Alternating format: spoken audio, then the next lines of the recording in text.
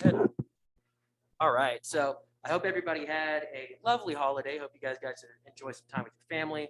I am going to just go right into attendance just because we have quite a bit to accomplish today. So if you hear your name, please say here or present. Catherine Barrett, Aaron Black, Catherine Bullard, Gigi Conte.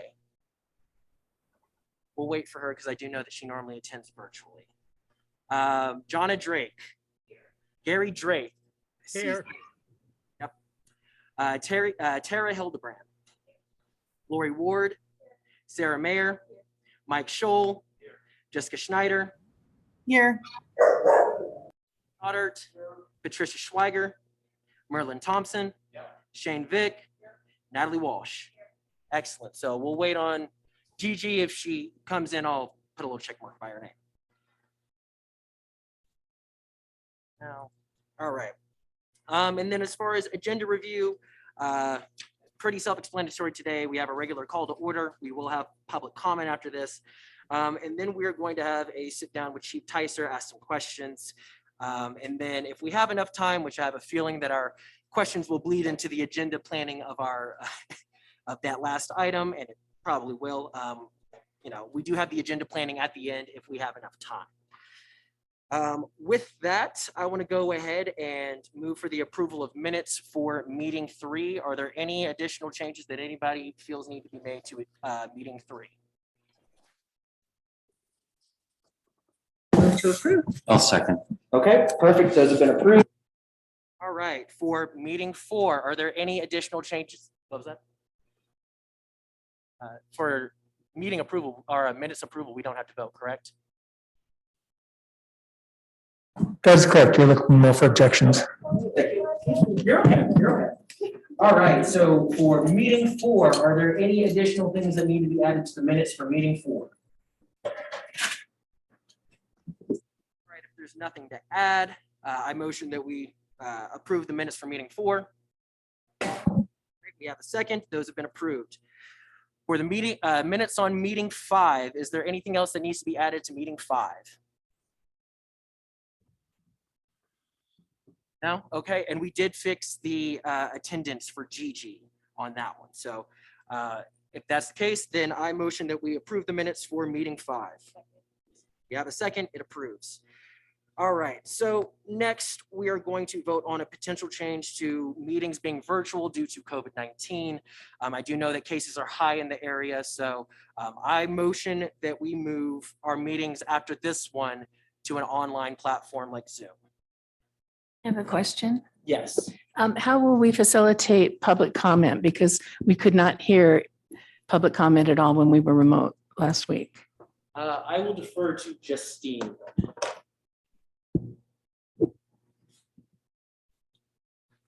You'll facilitate public comment the same way that you kind of facilitate public comment now, essentially. You would have it remotely through phone, and we'll go through the process where you'll call the callers that wish to speak to public comment, and then they'll need to be unmuted. So you would do it in that manner. Yeah, I just have one quick question. Is it going virtual? Is that following the recommendation of the Laramie County Public Health Department, or? Sorry, can you say that one more time, please? Are we receiving any direction from the Laramie, or has the Laramie County Public Health Department given any direction in terms of meetings or community gatherings? Is that what's precipitating this, or are we just doing it kind of reading the? We're doing it proactively. I mean, I do know that there are probably some folks here who are immunocompromised. There might be some folks here who may not be vaccinated. I don't know, but it's really just for the protection of everyone here. It's my opinion. I'm one of many, but I just wouldn't think that we should follow the lead of the Laramie County Public Health, in terms of public meetings. I mean, we do have the virtual option for those who are interested. I do think there's some value in being live, and so I'll leave it at that. But okay, Lori. Sorry, it's Lori Ward. I was just going to ask what the rest of the city commissions and city council are doing. Do we know if there's plans for city council to move virtual and or other commissions? I will direct that to Steve, no? Mr. Chair, I have my hand up to answer that question. Yes. You hear me? Yes. Oh, okay. Thank you, everybody. As you can hear me, I am fighting something, so I'm following the protocol our city has and not participating with you this evening. I wish I was there, but I'm staying safely here. To the questions that were asked by Commissioner Mike Scholl, there is no guidance yet from CDC that we can see, nor Larimer County or the state, that's causing us to go into remote meetings, because our city council is still staying in a format of full participation around the dais, and they'll be there tomorrow night. But we have, I think, 2 or 3 of our boards have already asked, and I have provided approval to go into Zoom all meetings. And so out of the 25 boards and commissions, we have about 3 that are in that status right now. Mr. Adams, I'm sorry. Hey, I thought I saw on the agenda for city council tomorrow that they're discussing going remotely. Is that true? I've written the agenda. I don't remember that being an item on the agenda. They have their city council rules and procedures, which they are talking about tomorrow night, that's been an ongoing discussion with our council, but not specifically anything about going remote or not. One of the items. Jessica Schneider. Thank you, Chair Pryor. I would just like to add that it's been expressed to me several times that it is better to be in person because we get to build those relationships and have that communication. And I don't think it's fair during a pandemic that is on a giant upswing to make a difference between those that are sick, like Manager Adams this evening, and other people who wish to avoid exposure. I think it would even the playing field if we can all join remotely. Thank you. And I would like to point out that it would at least make things like attendance and ensuring that everybody who raises their hand virtually is seen at the same rate that everyone in person is being seen. Yes, Ms. Bullard. I'm one that that takes my time getting around. However, I so appreciate being here personally and just seeing and just chatting with people. And I think since this is a new commission still, I mean, consider this is what, our 6th or 7th meeting. We're still getting to know each other and figuring stuff out.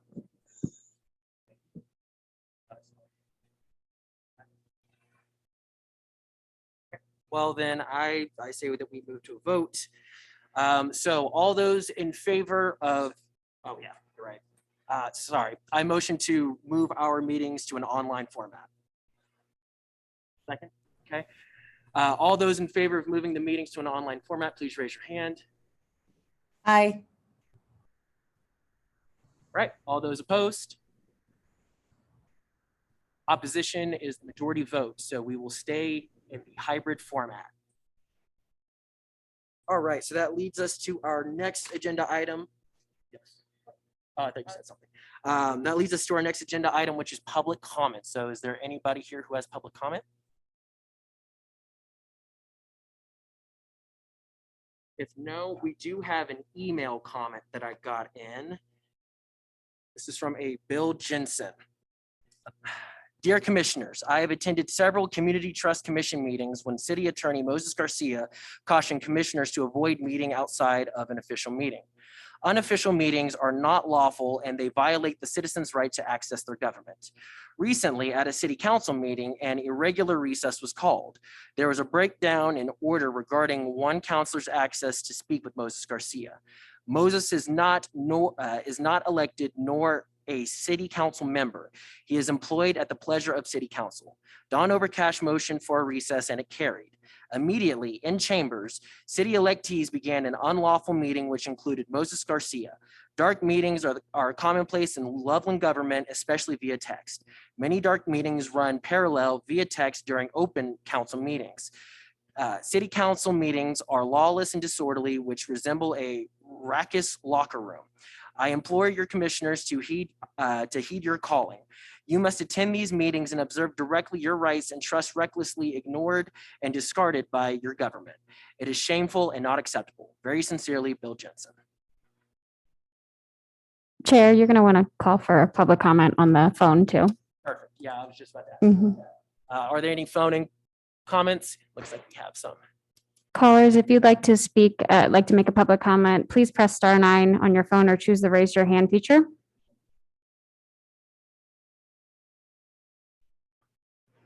I don't believe we have anybody seeking to make a public comment, Chair. Well, with that, we'll move right along to our guest, Chief Ticer. Ticer, if you will please make your way up to the front.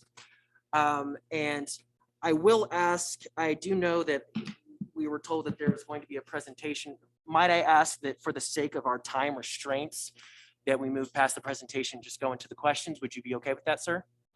Serve at the pleasure of the chair, if that's what you like. Yep. Thank you, sir. I appreciate that. And just so everyone around here knows, we're just going to go alphabetically. I think that that's going to be the easiest way to keep us in order and keep people from talking over each other and allow those who might be a little bit more docile to also get their questions in. So with that, whoops, let me make one change.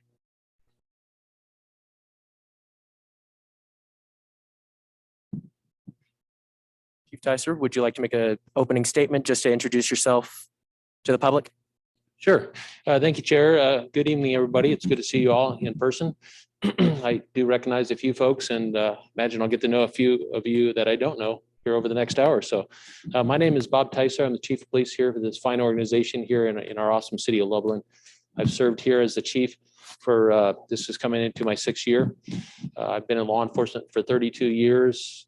Prior to that, I served in the United States Air Force and security police for 4 years. So needless to say, I've been in law enforcement since I've been 18 years old. So something that I'm very proud of, and I'm honored to be here tonight to answer any questions that you have. I've also brought 3 of Loveland's finest here because my goal is to be able to answer your questions. And we have 170 personnel on our organization.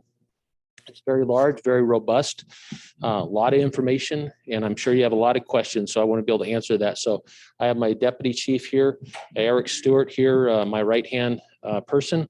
Also Assistant Chief Lori Scott, who has the command of the Support Services Department, division of the department, which is pretty much everything but patrol. Your dispatch, your records, your professional staff, your detectives, your narcotics task force and such. And then also Sergeant Brandon Johnson, also behind me. He is our training sergeant for the department, so has a wealth of information. I know you're going to have a lot of questions. I would anticipate that on training, especially when we get into topics such as de-escalation. And Sergeant Johnson will be able to give you just about any piece of background that you have. And I suspect he'll be able to answer it just like that if I can't. So that's where we're here today, sir. And here to answer questions. How much? Okay. So then if we're going alphabetically, first one would be Catherine Barrett.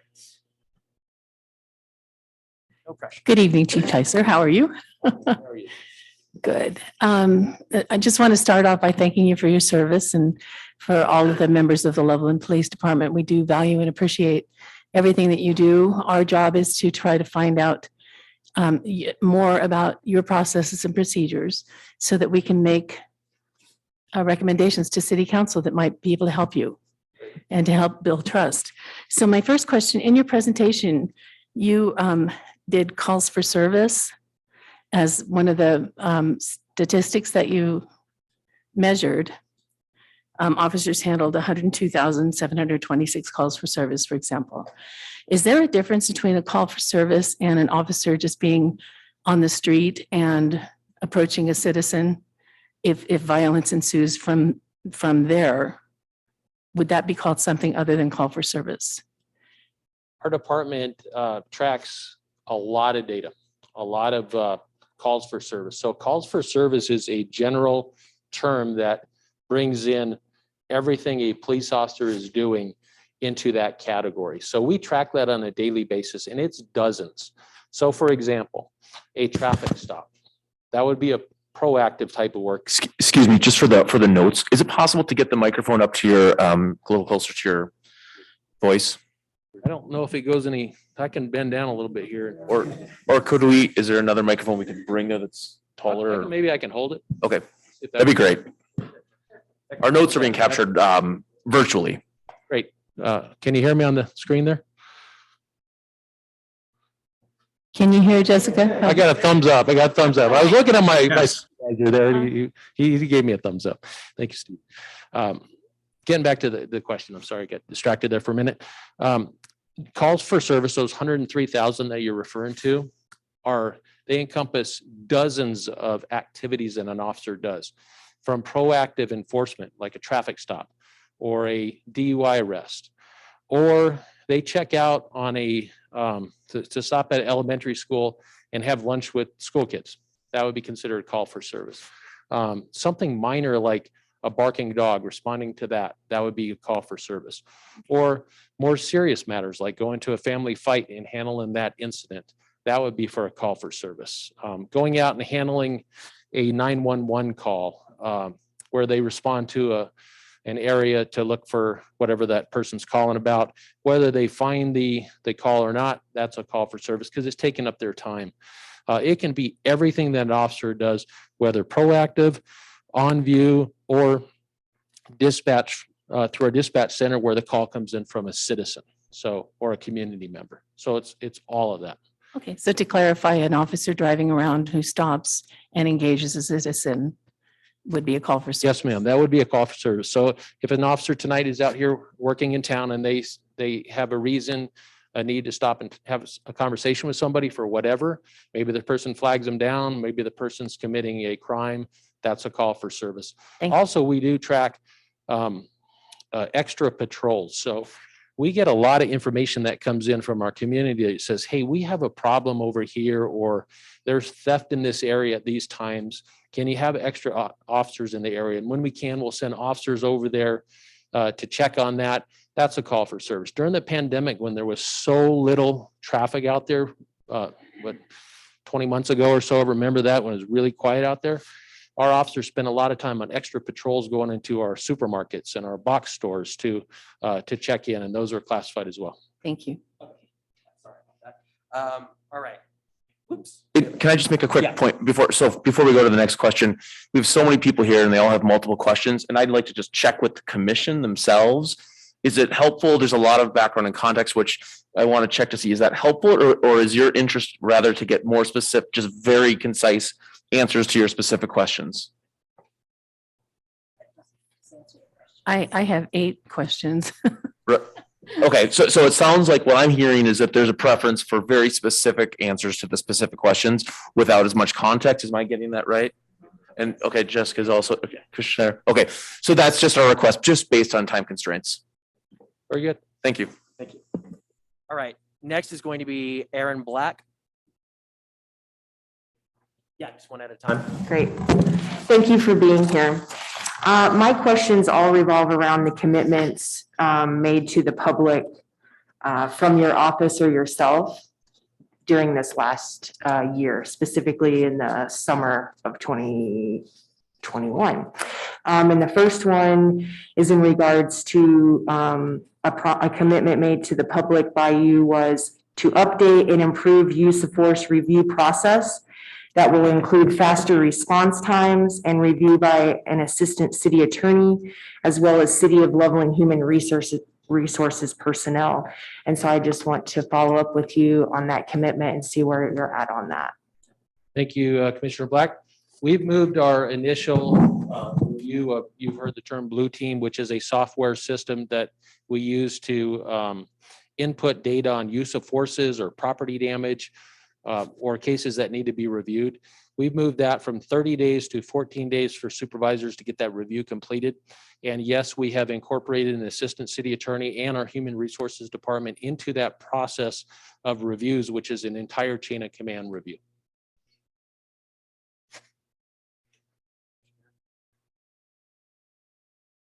So instead of 13 days to review, you've moved that to 14 days? It was at 30. At 30, okay. And does that have anything to do with the CIRT, our critical incident response team? Is that involved in that at all? How quickly that's determined if that's, They're completely separate. okay, all right. Thank you.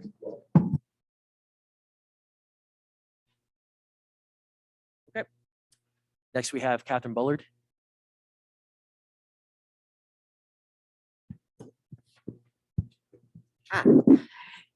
Thank you for being here, Chief. I appreciate all the things you do in the community, showing up for different things. That's just helpful to see blue out among the rest of us. My question is, we're looking forward, and that is for this year or maybe the year following. What in LPD needs to change or be modified most, and what plan or goals do you have for getting that done? That's a question, Mr. Chair. I'll try and answer it quickly. That's a big question. Our department is continuously and should be continuously looking at reviewing best practices, seeing what's going on in the country, what's going on regionally. I'll give you a couple of them that we're looking at because I know it's a topic of interest here. That's de-escalation. That is incorporated currently and has been in our firearms and our defensive tactics. But also we've sent supervisors to schools that are becoming newer trends in de-escalation training for police officers. So we will be continuing to enhance that training in our department, and we will continue to look for opportunities to work with our co-responders and work with mental health professionals. I think you've seen it in your package or you've read it, that we are, with the support of the city manager and city council, doubling our co-responder program with Summit Stone. We believe that's important, very important. It does augment our officers and help our community. And then we'll continue to be looking at what's going to come out in the assessment report from Jensen Hughes. There was an assessment report that was completed. I anticipate that will be out shortly. You're obviously going to get a copy of that for sure. And there will be key recommendations in there for our department. We will be taking a holistic report of that with our department to find out what we can incorporate, what maybe we're already doing that they've identified, and then and move forward with that. So, and then communicating with my my city manager and city council on that. Those are a few things that we'll be working on, Ms. Bullock. Thank you, Chief. Yes, ma'am. Thank you. Next, if she's in the call, would be Gigi Conte. I don't believe that she's here yet. We'll keep an eye on that. Next is Jonna Drake.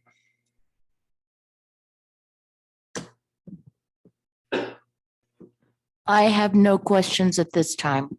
Mary Drath is next. I also have no questions right now, but I'd like to defer for later on in the session, please. Okay. Just making sure I heard that. Okay. Tara Hildebrand. Hi. I have a lot of questions, but I was expecting your presentation. So I don't really know how to go about it. I guess I'll just ask, like with the complaints, when people complain, do the ones that you count, do they have to be expressed a specific way? Or if, I guess that's the question. Like, how does a complaint happen? How does it get? Our department accepts any complaint, both anonymous or not, and we accept them in person, phone, email, through the website, third party, whatever the case is, we'll accept those. So they come in a variety of ways. It's just like the way we operate in community. Some people prefer in writing, some people want to do it in person, and we accept them any of those ways. So then if I did see there were 25 complaints for the whole year last year. So those included everybody like calling you, talking to an officer, phoning in, talking to the receptionist, all that. Like there were only 25 altogether. Those are going to be your serious complaints that we consider internal affairs complaints that we're seriously looking at. But on a day-to-day basis, we have community members that will call in a concern, and those are evaluated typically at the sergeant level and resolved. I'm sorry, this is probably taking a little bit longer. But so the whole purpose of this board and why I wanted to be on it was to build trust between the citizens and the city. And so I can only really speak for my own personal reason of why I might not feel trust. And a lot of it stemmed from my interaction that I did call and complain, and I believe it was you because I was talking to the chief of police, but it was like 4 years ago. But so, and what I was trying to get was for the city to have, like when you interact with people who have been victims of violence, is there any training for the officers in that area? Yes, ma'am. There's initial training for police officers on how to interact with people, including victims. And then from that point, as an officer grows in their career, they're going to have really on-the-job training, daily basis, interacting with people who have been victims of crime. We've also worked through our crisis intervention teams, which is a 40-hour block of instruction that officers learn how to better interact with people in crisis, which we are dealing with on a daily basis. Many times our officers are dealing with people in crisis on a shift. So we are constantly working on that. And we are always looking at new training. There's also some great online training. I prefer in person, but there's some excellent training sites right now that we're utilizing. Police One is one that we use, which we recently, everybody on the department attended on how to better interact with people with dementia. And so we're constantly looking for those type of ways to do better and to grow. And I can tell you, I will be completely frank with you, a 22-year-old person who's a police officer, who I was, compared to somebody that has tenure, they're going to have a knowledge of wisdom and information. And there's a good chance as they move in their career, they're going to build on that and interact with people even better, just based on those experiences. So we're definitely sensitive to it. Yeah. So, Sorry, Tara. Okay. If I might butt in. yeah, this is, Just so the commission knows, if you have a follow-up question that pertains specifically to the question you previously asked, that's okay. I do know that we jumped topics, and that's on me not stopping you whenever it originally happened. But just so everybody knows for the future, if you have a follow-up question that's specific to what you just asked, that's okay to continue with. But if it's a different topic, then wait until you get called again the next go around. And so with the next question, Sarah. Okay, thank you again for being here. My question is, how much daily interaction do you personally have with officers, and how are they able to access you? I know that there's a chain of command, but could they skip that if they have an issue with the person ahead of them? I have daily interactions with scores of members of our organization daily. Just today, I came on duty, earlier this morning. A lot of my interactions occur from my car to my office, where I stop and talk to officers to and from. There's a good conversation that occurs in that. I have officers stop into my office just to say hello. Sometimes they'll come in when they feel they want to bring something directly to me, and that's fine too. That door is always open. I had a meeting today, which is our monthly staff meeting, which I'm going to approximate that we had 15 to 20 personnel in that meeting. I interacted with those folks for about an hour, and then we went into smaller groups from that point. My staff, my city attorney that's up there daily, it's dynamic. I just came out of a Police Citizens Advisory Board meeting right before here. I had staff members there, got staff members here. So on a daily basis, I'm interacting with our members of the department, and it can vary. Tomorrow, maybe I'll see others. And that's in addition to all the community members that I was meeting with outside of the organization today. So my day is spent talking with people. Yes, ma'am.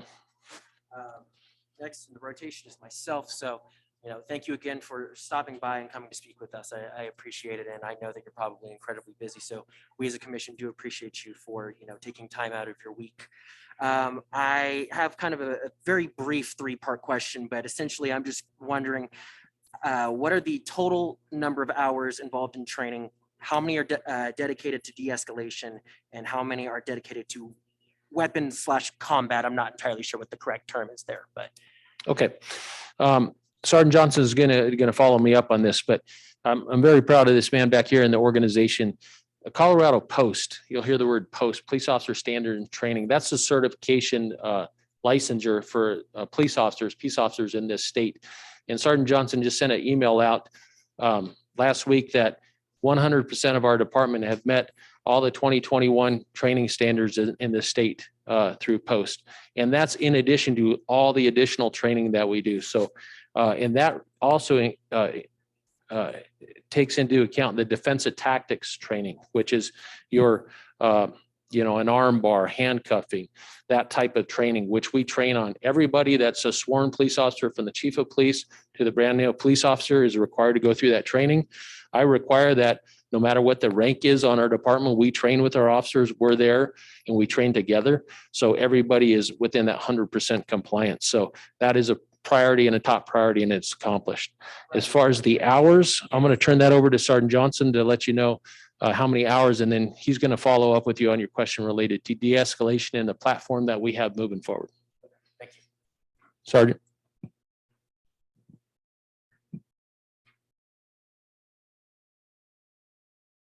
All right, good evening, everyone. My name is Brandon Johnson. I'm the personnel and training sergeant. So the chief was talking about post training hours, and these are state mandated training hours for every police officer in the state. So post requires 24 hours of annual training, and 12 hours of those 24 must be in what we call the perishable skills. So that's firearms, driving, and arrest control. So the other 12 hours of training can be in any other topic. And we've got a ton of stuff that we have to train on every year, like dealing with updating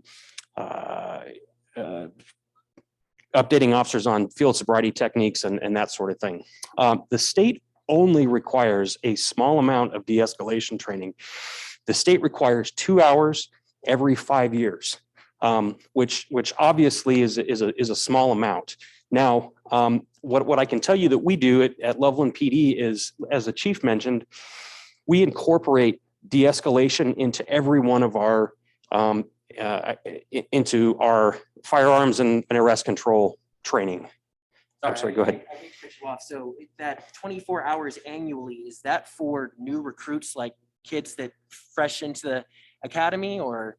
That's for every police officer. So I've been with the police department for just almost 20 years this year.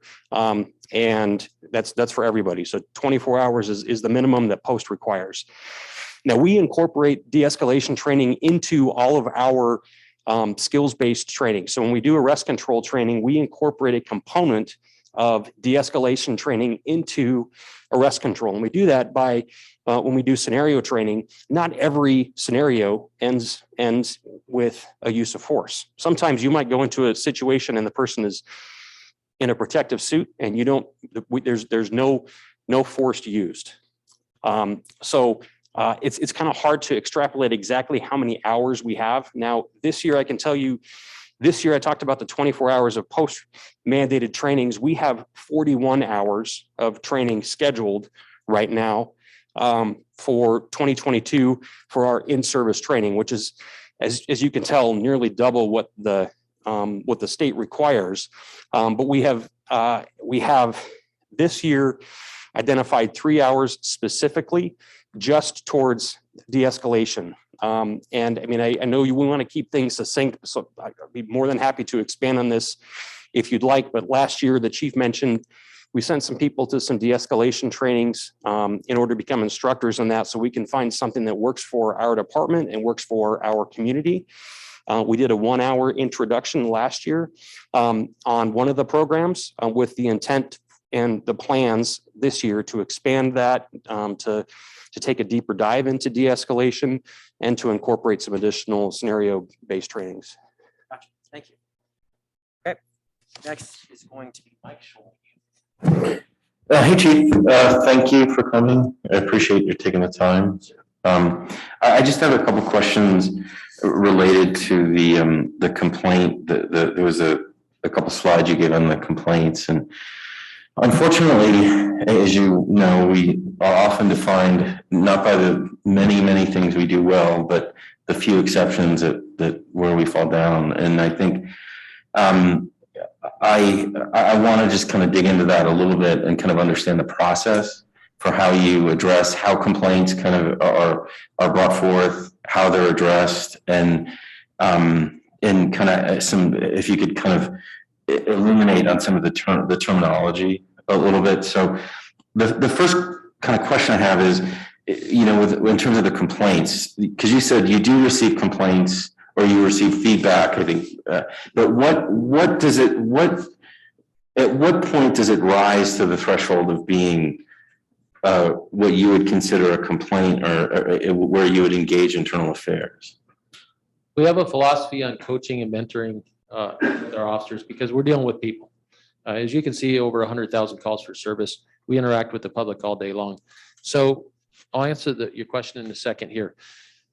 But for example, on a daily basis, we may get a call that says, hey, there's officers speeding up and down this street from the police department. You need to do something about it. So we'll address that. And those type of minor policy violations, that's serious. I understand speeding is serious, but a minor policy violation, we can have a counseling session with our officers and say, hey, let's get you on the right track. Let's not do that again. Officers make mistakes and they'll make minor mistakes that we can work through. When it moves up into a serious policy violation, those are ones that are going to be investigated either by our internal affairs sergeant or a supervisor. But if it's serious, we're talking racial bias complaints, use of force complaints, criminal complaints. Those are the ones that are going to be going directly to our internal affairs to investigate. But your lower level complaints, let's say even policy violations like an officer backs into a fire hydrant, which new police officers tend to do. My city manager there knows that. Right. I was one of them. We address those, and oftentimes that's a mistake that we can handle through training, and it might be a minor reprimand and we can move through it. And that can be handled at a lower supervisory level. So to answer your question, Mr. Scholl, is when those complaints come up, they get routed up, it comes to my desk and I make a determination in consult with my assistant chiefs as to, does this rise to the level of an internal affairs complaint, or can this be resolved with a coaching and counseling session? And we move through that daily as we work through the day-to-day work. So then at that point, it's a sustained, not sustained, unfounded, or if it rises to that threshold, then I was just curious what the difference between sustained and not sustained and how that relates to unfounded or exonerate. If you could kind of shed some light on that. What I was interested in is, what is the difference between not sustained and unfounded, or not sustained and exonerated? Because to me, it sounds like if it's not sustained. The easy way to say it is it was a policy violation or not. There are often times when complaints come in that a citizen says, this is my complaint. And it's true that happened, but it was within law or within policy. So we have definitions in our policy manual that specifies what exactly those state. And if you want, I can have the deputy chief or one of my folks back here get that. We could read that into the record, the exact definition. But the bottom line is you either committed a policy violation and it was wrong, or you didn't, or you did and it was found to be the correct procedure. So that's the way we track it. And then one more question, then I'll yield my time to my colleagues.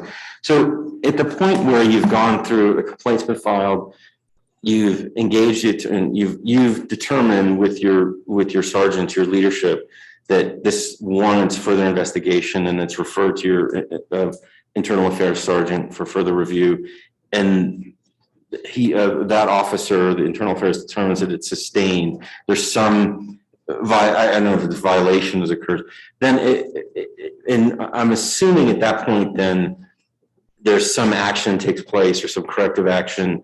But what I'm also curious about is where does that communication go? Because I know from the org chart that was provided to us, the city manager is the head of the city, and you're not a direct report to the city council. Correct me if I'm wrong, but then at what point does that then yeah, thank you.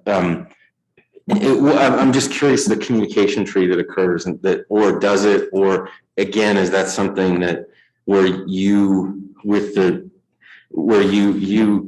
make a decision whether or not to advise further, or if you believe it's been handled and it, it's taken care of and it kind of, it goes away. Does that, am I making? Yes, I think I can answer your question. So quickly, how it goes, respectful to the time, Mr. Chair. Once it is investigated, the sergeant investigates it, the internal affairs sergeant. That person does not render their opinion or findings. They are simply the fact finder. They examine the case, they do the interviews, they write up the internal affairs investigation, just like a detective would on a criminal case. And then they provide that to one of my assistant chiefs or deputy chief to review it for findings.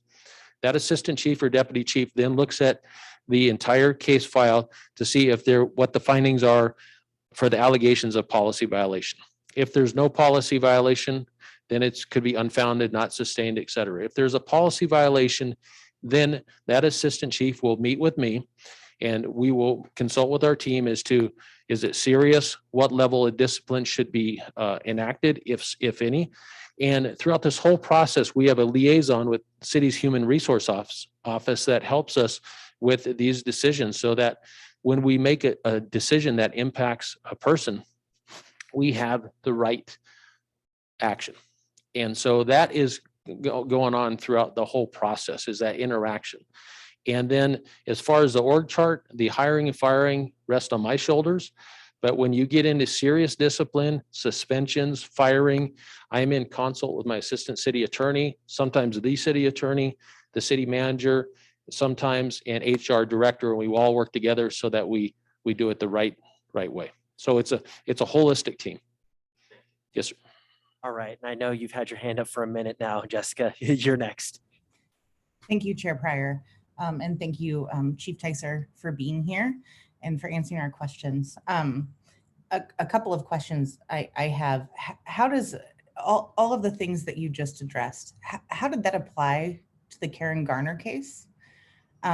Is the first part of my question, and I'll ask the second part. Jessica, sorry, I hate to cut you off. Unfortunately, we cannot talk about the Garner case at this time. At all. Okay. So the second part of my question is, Chief Tyser, you said that hiring and firing is within your capacity, but that hiring and firing is not within your capacity. Can you clarify how that works? It is. It's my responsibility to hire and retain employees in the city of Loveland Police Department. As I was stating, though, when it gets into decisions on discipline, or if there's a termination, resignations, or whatever the case is, there is no way I would make that decision without consult from the teams that I have and the teams in the city. And who are those teams then? And like, I'm just trying to understand really technically how that works. I'm sorry, I didn't mean to cut you off. City Attorney's Office, Human Resources, and our leadership team, we had all worked together on that. Any other questions from my colleagues on the commission in that regard? What was that? Sorry, I couldn't hear you. Yeah. Any other questions from my colleagues on the commission in that regard? I have. Do you have a follow-up to that? All right, we're going to break the ABC order real quick. Sorry, but. No, you're fine. Yeah, this is good. Under what circumstances, if any, are you able to terminate the employment of a police officer in your department immediately? Immediately, it would have to be a for cause. We do honor due process, and we look at everything when it comes to that serious discipline termination. We have to look at body camera footage. We have to read reports. We have to interview people. The last thing I ever want for our city, or for you or any of us, is to have a termination and go through and then be in appeal process after appeal process after appeal process, or tying up the resources on that if I made a decision to terminate somebody without having all that information. So I can tell you, me personally, to terminate somebody, I'm going to take a lot of steps to make sure it's right. However, one of the most key important parts of this is if somebody is in a position where serious discipline is being considered, we put them on administrative leave and take their credentials, their firearm, and any peace officer identification they have, and send them home and do not allow them access to the department or to the records while we investigate. So they are not serving in the capacity as a police officer for our city if we're in one of those cases. Perfect. Thank you. I have a question, follow up to that. Chair Pryor, may I? Sure. Thank you. So is that in a policy? Is that within the City of Loveland HR department's policies and procedures for that? Or is that under LPD's policies and procedures, the due process? The due process is outlined in the city and we mirror that. Okay, thank you. All right. Next is going to be Ron Stoddard. I have a two-part pre-hire question. First part, recruiting. Where are you recruiting and how successful is your recruiting as it pertains to the staffing levels that are approved? Second is, what are the tests that an applicant goes through before they are hired? Thank you, Commissioner Stoddard. Mr. Pryor, it's going to take me a few minutes to answer this one. Sorry. That's okay. It's a loaded question. Okay, it's a good question. How do we recruit? There is so many different ways that we recruit. First priority is recruit the best and the brightest people to work for our city.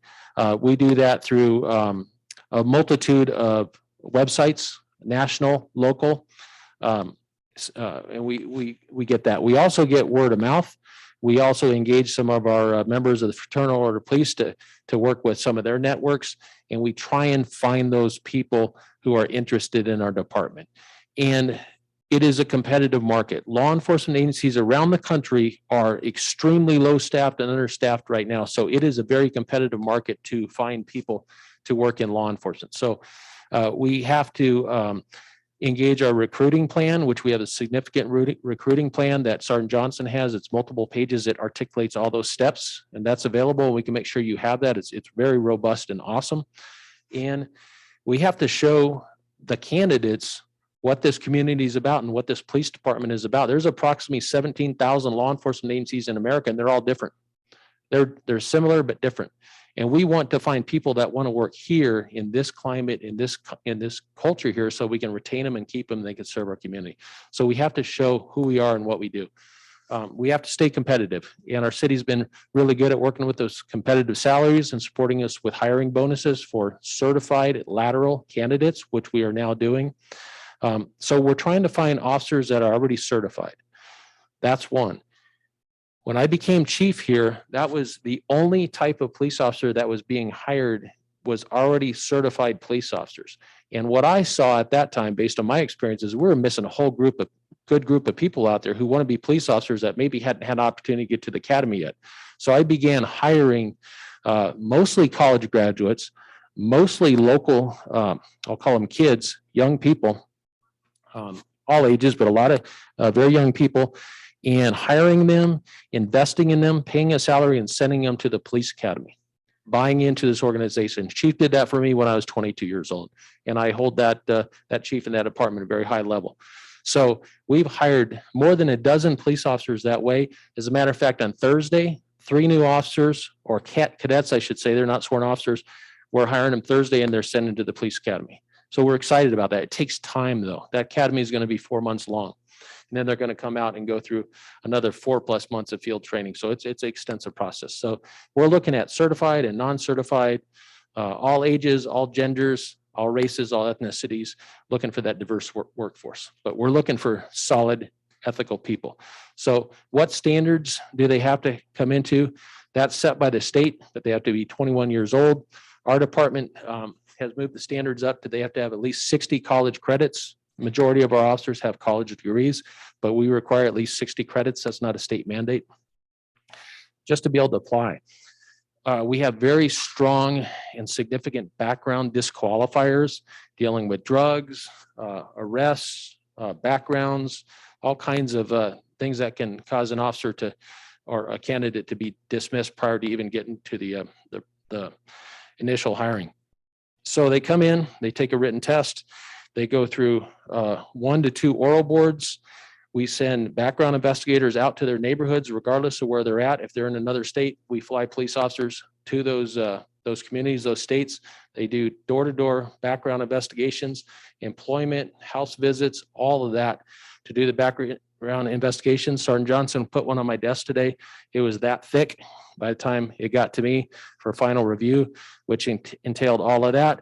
It entailed psychological written examinations. It entailed meeting with our psychologist down in Denver for psychological evaluations and going through a polygraphic examination with our detective polygrapher. All of that occurs prior to the hiring. And I can tell you, our chiefs and myself, we don't sit around and not pay attention to the hiring process. We're involved in every hiring process. So we sit together as a team with police officers to do these oral boards. It takes a lot of time and energy from our staff, and I thank them for that. It's pretty comprehensive. It's a great question. I'm very happy to talk about it. And then real quick before we move on to the next person, Jessica, I'm sure you probably had a follow-up to that. Is that something that he can answer very quickly? I'm just noticing that we are. I hope so. Hopefully. How many times is a candidate able to test for an officer job? There have been, this is a question from a resident. There have been reports that possible officers are able to take the test as many times as it takes. Can you help me understand that, Chief Tyser? Thank you.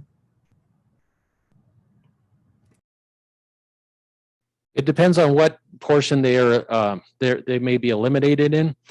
Typically, it's a 6-month period of time, but I can't think on my watch of, well, I have seen a hiring of an officer that didn't do well on an oral board, on some oral board questions, and then came back at a later date and did better. But that's pretty much an outlier. That just doesn't happen. Usually when somebody does not pass the testing, that's the last time we see them. Perfect. Thank you. And then Patty, you're next.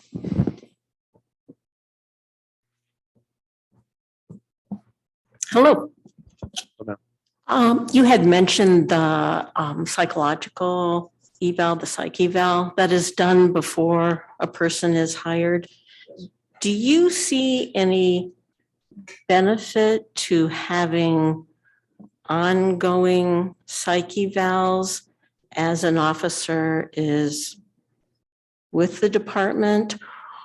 Or is there access for an officer who maybe is struggling with anger management, something like that, whether, you know, their sergeant notices it or another officer notices it, that they have a resource that they can reach out to get help? Yes to all of that. Okay. Yes to all of it. And I am so excited to announce that we have on staff a City of Loveland employee now who is a clinical psychologist. Dr. Teresa Richards is our psychologist. Her door is about 20 yards down from mine. And when I was hired, I could not believe it. I walked in the organization and I was getting to know people and I'm like, who's that? And they're like, that's Dr. Richards. She's our police psychologist. I'm like, we have a police psychologist? That is unique. That does not occur in the majority of law enforcement agencies in this country. So at that point, she was a contractor, but with support from our city manager and city council, we've been able to move her now just this year, 3 days ago, as a full-time city employee with benefits for our organization. Now we have 170 personnel. It would be impractical for her to try and meet 170 people throughout the year. So there's a variety of ways that she interacts with the public. First of all, law enforcement, in my experience, has moved way away from the stigma of going to see the shrink, going to see the doctor. When I came on, it was pull yourself up by the bootstraps. You're involved in critical incident, get back out to work. That's not the case anymore. We have protocols in place to get officers to the psychologist when they're involved in critical incidences, where they're struggling, all kinds of ways on their own. We also have times when we believe we need to send somebody somewhere. And we will direct them to another psychologist, but that'll be outside of our organization. Dr. Teresa is there and available for the counseling of our officers every day. And that can be, something personal. It could be something related to the job. We have it in place during our field training program that officers are mandated to go see her at certain times. And we really pay attention to the health and wellness of our employees. It's so important. And I really believe in that. For some of our, we require during field training when officers are indoctrinating into the law enforcement stresses, we put them through there at periods of time to go see with the doctor for check-ins and make sure everything is going okay. All right. Definitely follow-up question. Okay. Then next is Commissioner Thompson.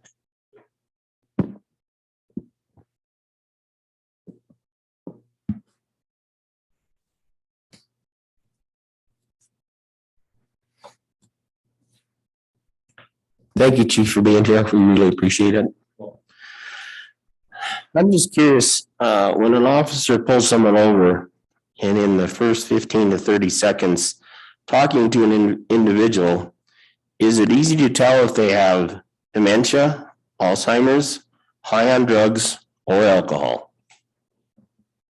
Thank you for the question. That depends. Yeah, it depends. I can tell you from my experience of working traffic, I spent 20 years at the Arizona Department of Public Safety, a state police organization. I worked a lot of traffic and stopped a lot of motorists. And I can tell you sometimes I identified a mental health crisis or a medical issue or a drug or alcohol situation quickly. Other times I didn't make that recognition until 5-10 minutes after the traffic stop. And probably there's times that somebody left and maybe I didn't recognize it. So it's all over the board. It depends on the person, depends on the experience of the officer. And, but we really try hard that before somebody is released, that we know that they're safe to continue down the road. Okay, perfect. Thank you, sir. Commissioner Vick. Just one quick question. When the use of force happens, who is the initial responsible for filing the report of the use of force? Per policy, the officer that uses the force is required to make that notification through the blue team process up through their supervisor. But our goal is to have our supervisors in the field monitoring the radio, paying attention to ensure that that happens. All right, Natalie Walsh.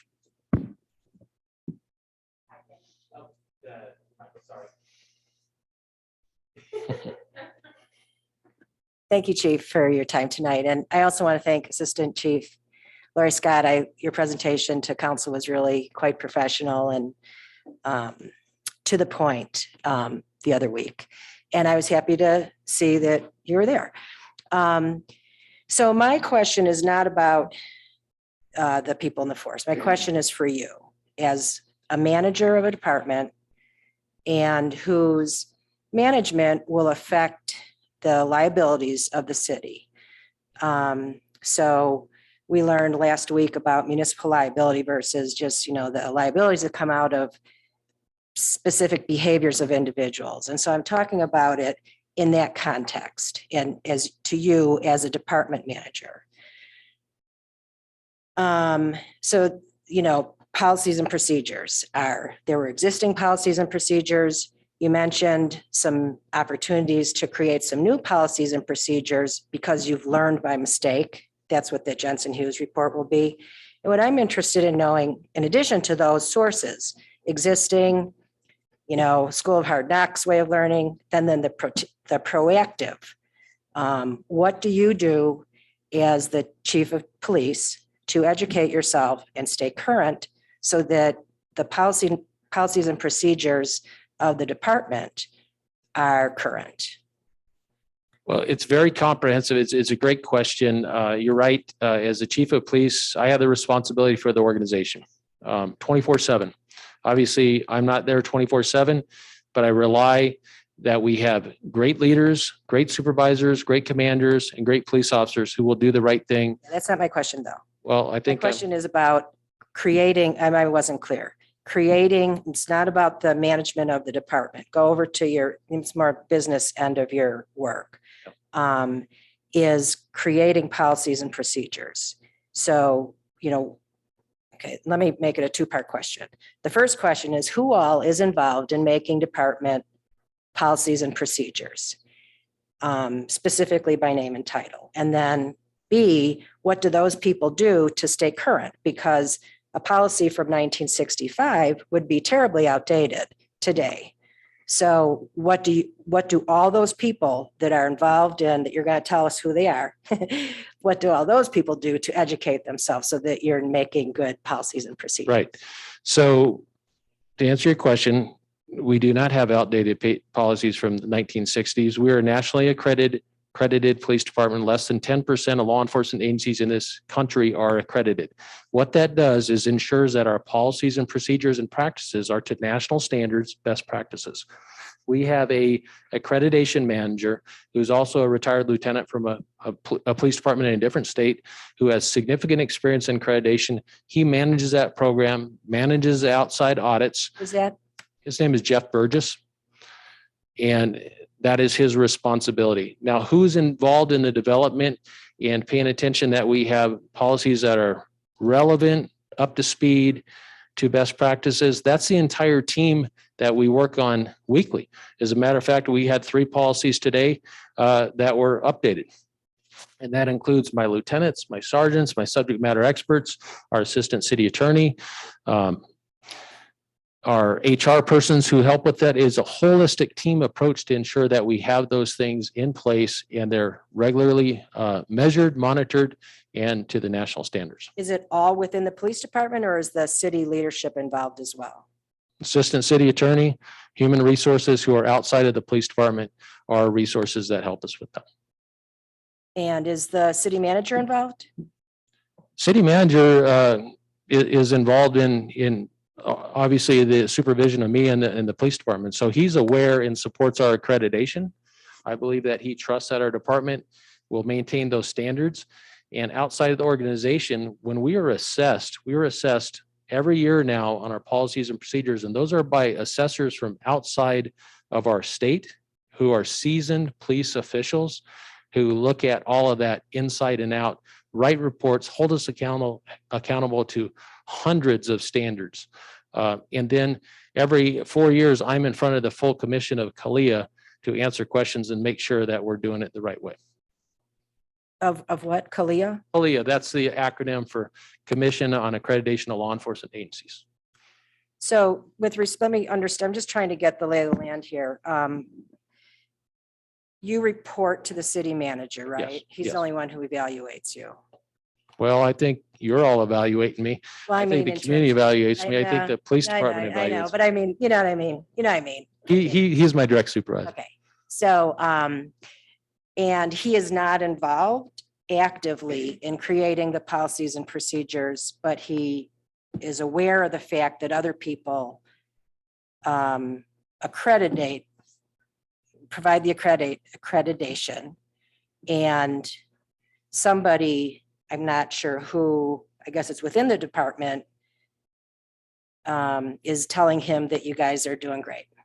I don't mean, I'm just making it shorthand because I don't want to. That's correct. The person that signs off on the policies and procedures of the department is the chief of police. I happen to be that person right now. The city manager has directed me, and the previous city manager hired me to lead that organization and be responsible for that specific portion of the city.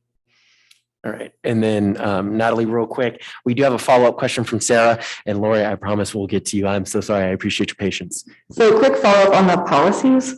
You said that you changed or updated 3 recently.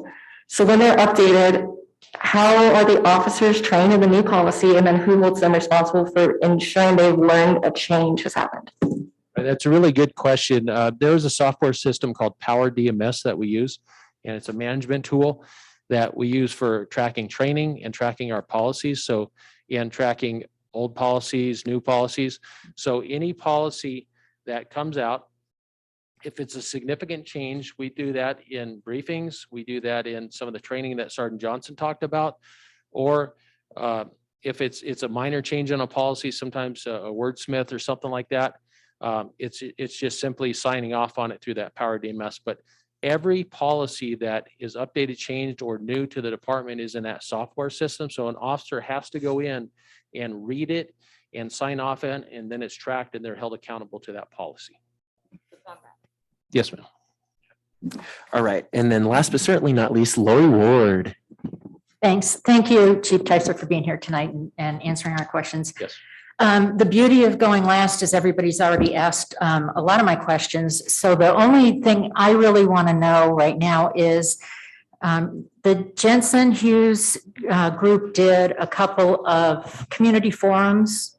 They did one virtual, one live, and then you did some follow-up where you had specific stakeholders, correct?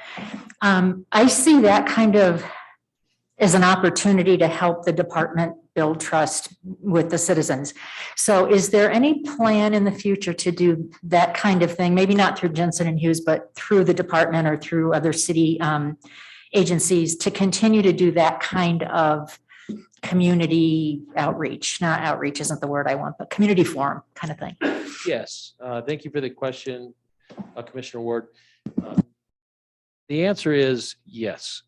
We can always do more community outreach. And we are planning to do that. There's a whole variety of ways to do it. We do a lot of it, community outreach right now, maybe not in a formal town hall so much. We do it in fishing derbies or Santa Cops or all the other community programs we have, but those are a little bit different. What I think you're asking for is opportunities for me, for others in the organization to be in a room, let's say, and have direct conversation with people about what do you need? What do you see? How can we do better?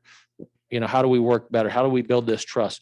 So our plan is to do more listening sessions with our department, not an outside source, but making us available at the department or going to the person's place of residence or business or wherever that is and meeting. So you're going to see a lot more activity from our organization in that area, and we should be doing that. And what I liked about that is that it was, it felt safe for the most part, that you could, you could say what you wanted to say and you weren't going to get feedback from somebody else that, that could be viewed as maybe defensive or whatever. So I personally would appreciate more opportunities for that kind of thing. Thanks. Thank you. All right. And guys, real quick, just because we are running low on time, I'm sure that we, let's just do this. I motion that we extend our meeting an additional 30 minutes, just so we have more time to ask questions and we can still, hopefully plan our agenda at the end. Didn't we already go to 8:30, so to 9? I don't believe we ever voted 8:30. Oh, it failed. Okay. Yes, correct. It did. Yes. So I'm motioning that we stay until 8:30. Second. Okay, we have a second. All in favor, please raise your hand. 1, 2, 3, 4, 5, 6, 7, 8, 11, 12. All right, all those opposed, please raise your hand. No? Okay, perfect. Then we will extend the meeting to 8:30. We will do our best not to keep you here until 8:30 because I'm sure that you have places to be and whatnot, but. Here as long as you need. Perfect. Okay. And then just so you guys know, I think now that since everyone's had the opportunity to at least ask a couple of questions, there are probably people who are here who have more questions than others. So I think we should just go ahead and break the alphabetical order and move on from there. So then that way we can kind of do some popcorning and kind of go off of each other's questions. So whoever would like to go first, raise your hand. Yes, Commissioner Scholl. Wait a minute, I got my hand up. Yes.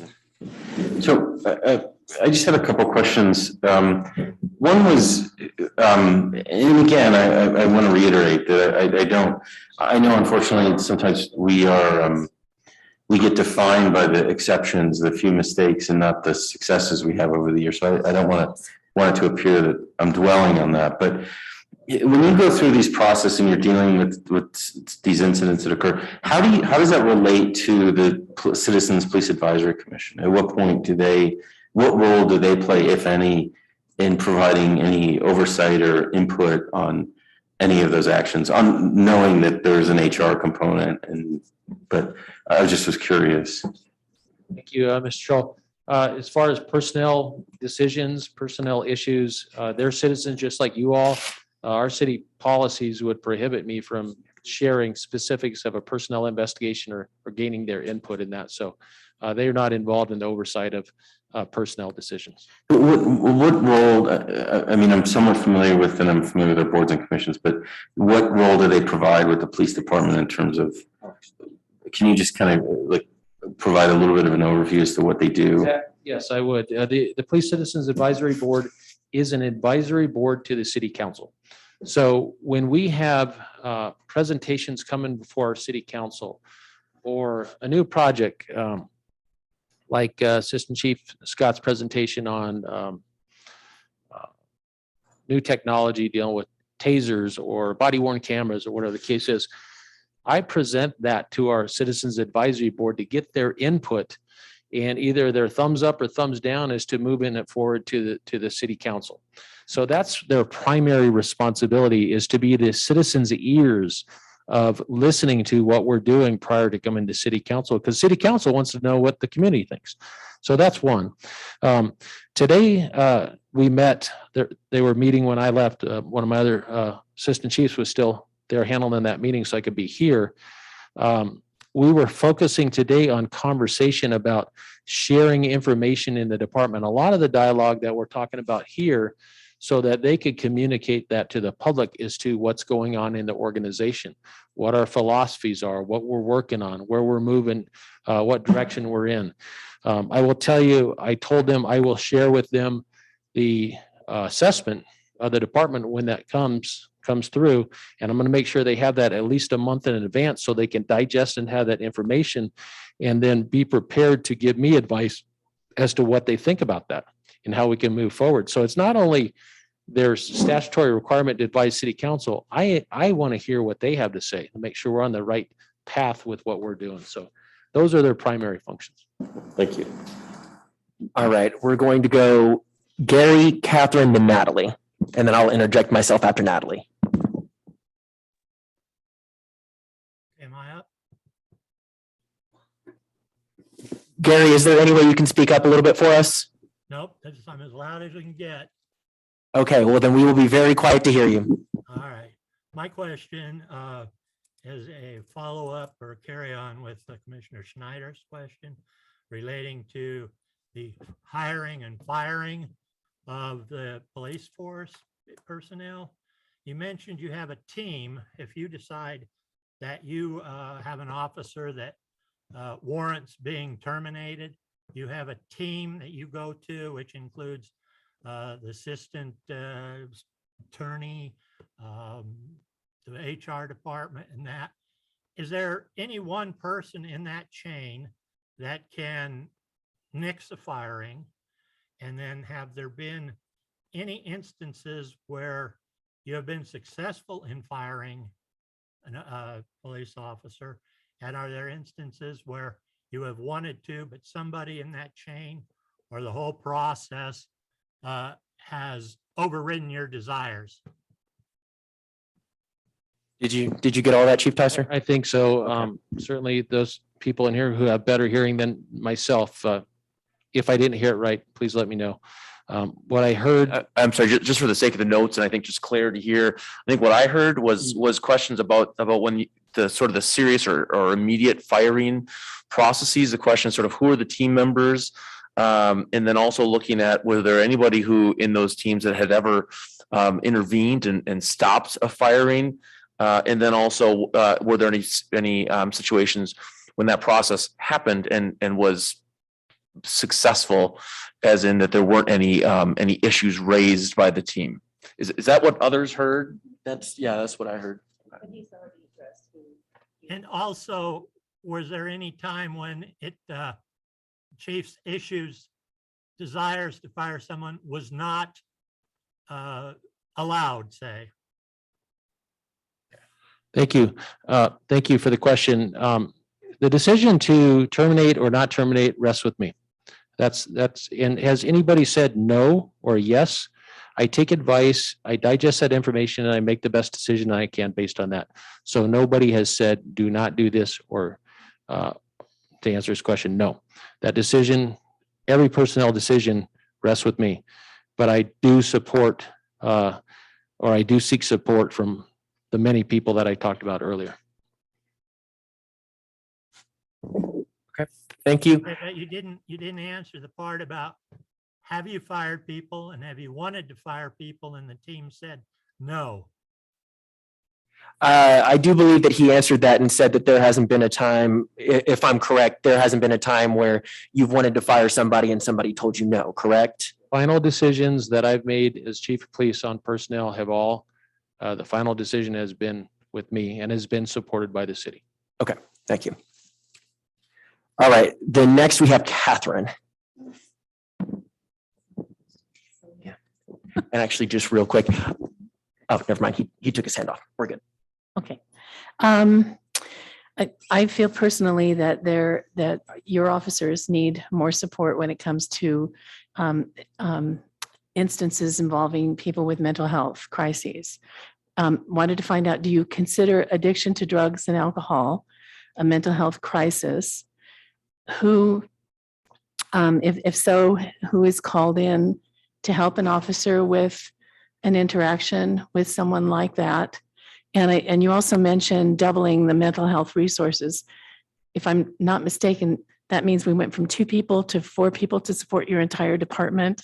Yes, ma'am. Okay. If you could address. Sure. The first part, I don't know if I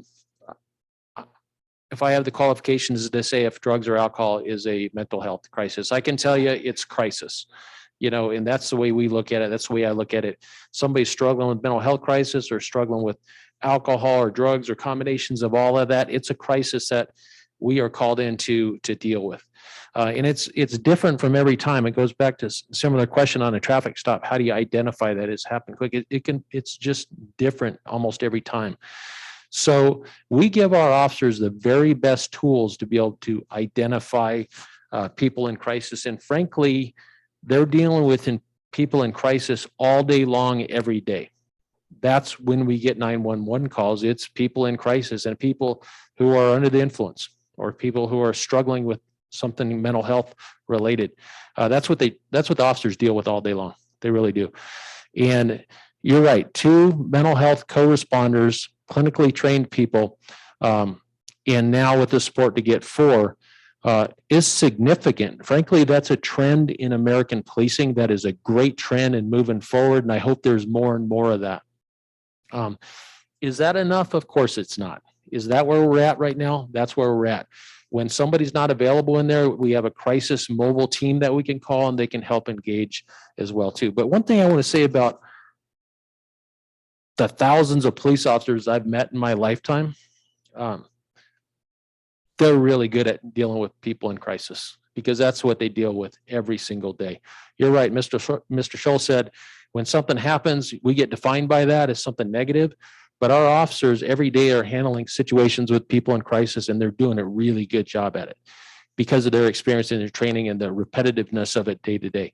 So what we do is we look for these trainings and then we focus on, you've heard it, the crisis intervention training, the CIT training. It's a 40-hour block of instruction where officers go through this training. There's professionally trained actors who are in that training that help with these scenarios and they can mimic certain crises and help our officers get through that. And we've had a goal to be 100% trained on that. We're at about 84% right now. That fluctuates a little bit here and there. The pandemic really set us back in getting officers to those trainings. But rest assured, when we have calls that have crisis calls attached to it, there's going to be somebody in our organization at that scene, I would say just about every time, that has a significant background in CIT or crisis intervention training to be able to work through that situation. And in reality, a good way of the training is wait until an officer gets out of the police academy, which they only get a couple hours of crisis intervention training in the police academy, come out, go through field training, be a police officer for a year or so, get that experience, and then get that training in so it can really relate and assimilate into their duties and jobs. So we're really working hard at it. And it's important because our calls for service with mental health crisis are, like everywhere, going up significantly. It's a really good question. We're really paying attention to that. Okay. Did he answer all of that for you, by the way, Catherine? I couldn't tell. Okay. Okay, then Natalie. Thank you. So again, I'm kind of asking more an exposure question and off the other topics. I'm using the example of workplace sexual harassment or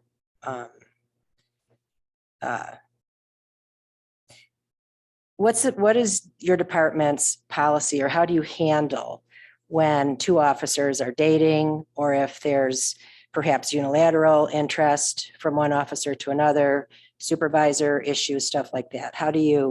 What is your policy, and how do you actually handle that interpersonal relationship issue within the workplace? Right. Are you asking the first part? Were you asking about if we have a complaint on sexual harassment or something like that? Were you asking that? Well, there's a spectrum, right? From, just, unwanted advances, which would be sexual harassment, and then just dating situations within a workplace where it's inappropriate for a supervisor and a supervisee to be working, together. And I'm just wondering how you deal with that in the department. I mean, it's a young department. And that this is an example. I wasn't saying your policies were from 1965. I was saying if they were, but this is an example of the world's changing a lot right in that area. And I'm interested, just, again, I'm asking on a policy level, because this is what creates a liability for the city, that type of scenario. And so I'm wondering how you handle it as a department head. Thank you. I would handle it, and I do handle it per our city policy. We have policies where you can't supervise somebody that you're having a relationship with, such as you're describing. So that would be prohibited. As far as dating officers, professional staff, they have the right to do that as long as it does not interfere with their work.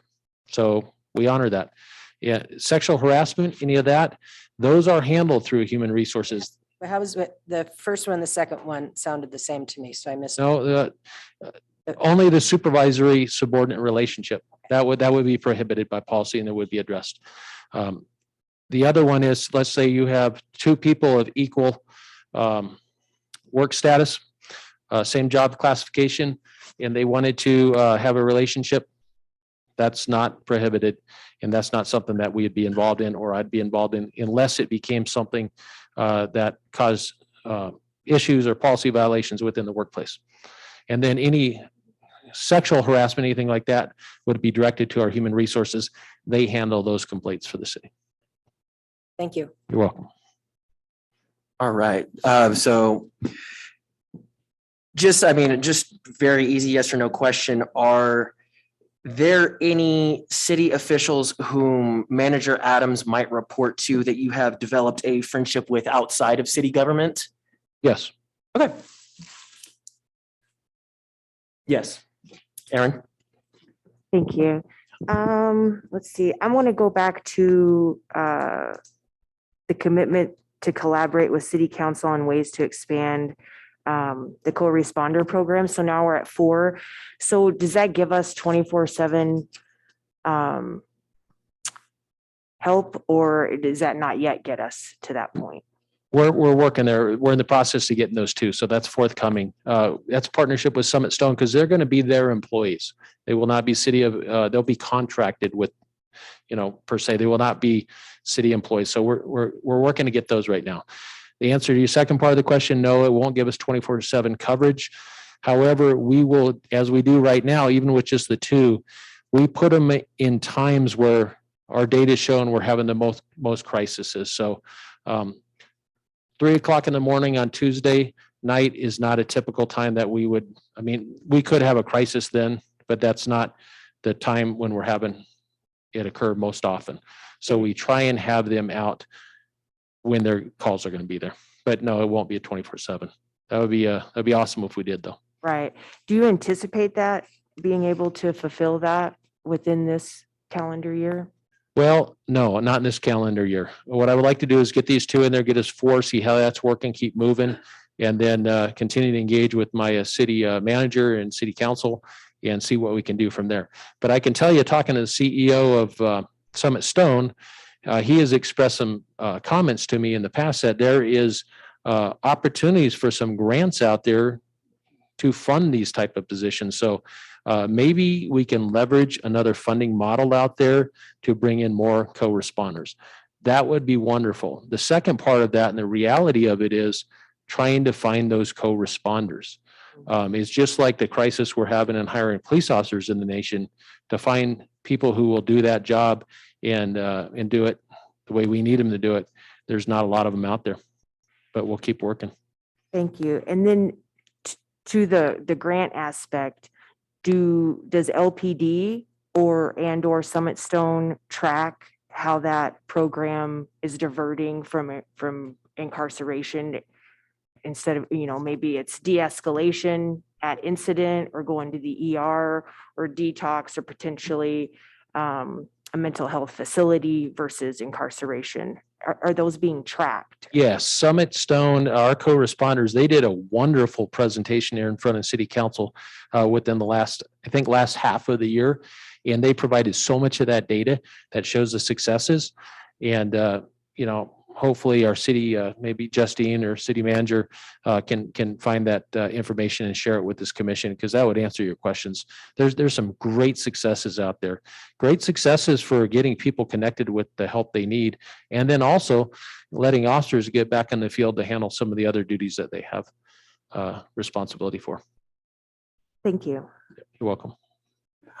All right, Catherine? No, you're fine.